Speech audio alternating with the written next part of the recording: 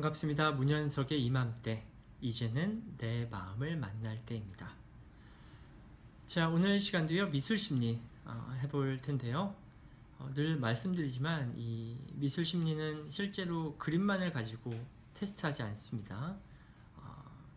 그림을 그릴 때의 내 마음 상태, 그리고 어떤 그림을 표현했는지, 그리고 그림을 그렸다 지웠다 하는 횟수라든지 그림을 먼저 그리는 순서, 이러한 모든 것들이 종합적으로 판단을 하게 되는데요. 우리는 매체의 특성상 어쩔 수 없이 그림만을 가지고 판단한다는 거 기억하셨으면 좋겠습니다. 자, 오늘은 집 그림을 또 그려볼 텐데요. 지난번에 창문 그림 그려보셨죠? 오늘은 문을 그려보도록 하겠습니다. 자, 집 중에 문을 한번 머릿속으로 떠올려서 그림을 그려보시죠. 자, 오늘도 역시 제가 그림을 준비했습니다.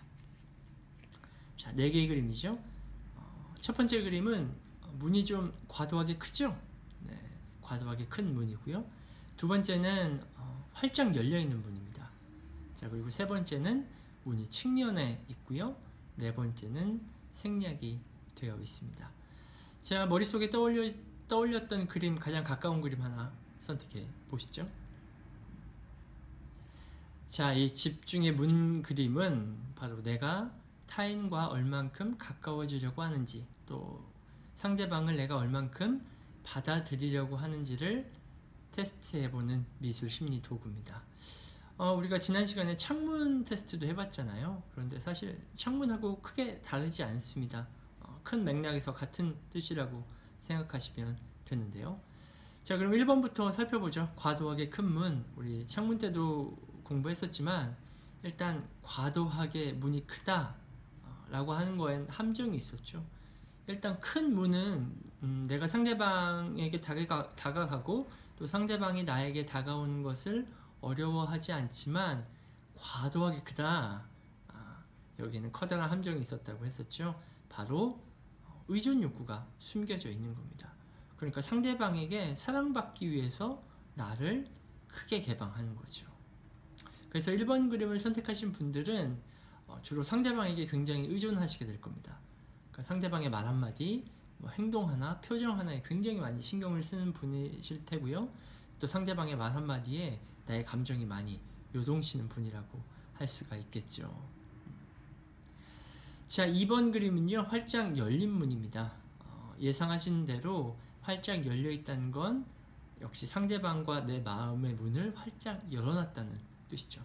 그래서 상대방이 다가오는 것을 어려워하지 않고 또 내가 상대방에게 다가가는 것이 크게 어렵지 않습니다. 옛말에 이런 말 있잖아요. 오는 사람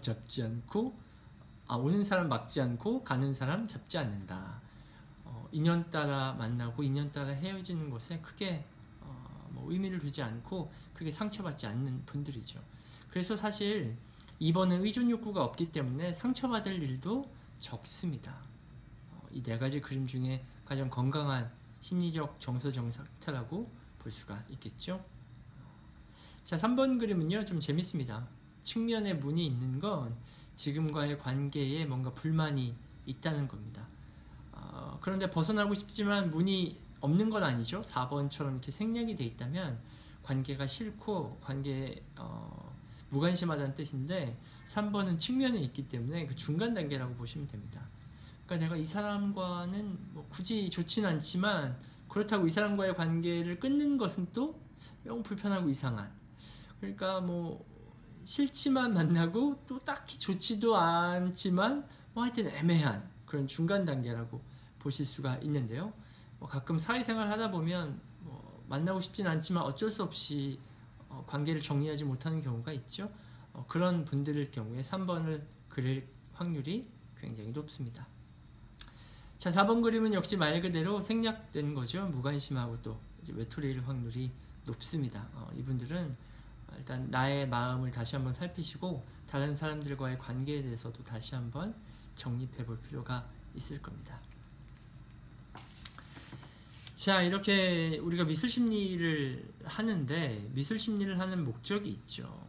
사실 이런 미술심리를 통해서 지금 내 심리적인 상태, 정서적 상태, 내 마음도 이럴 때가 있구나, 이럴 수도 있구나 하고 내 마음을 인식하고 인정하는 것이 참 중요합니다. 그것이 핵심이기도 하고요.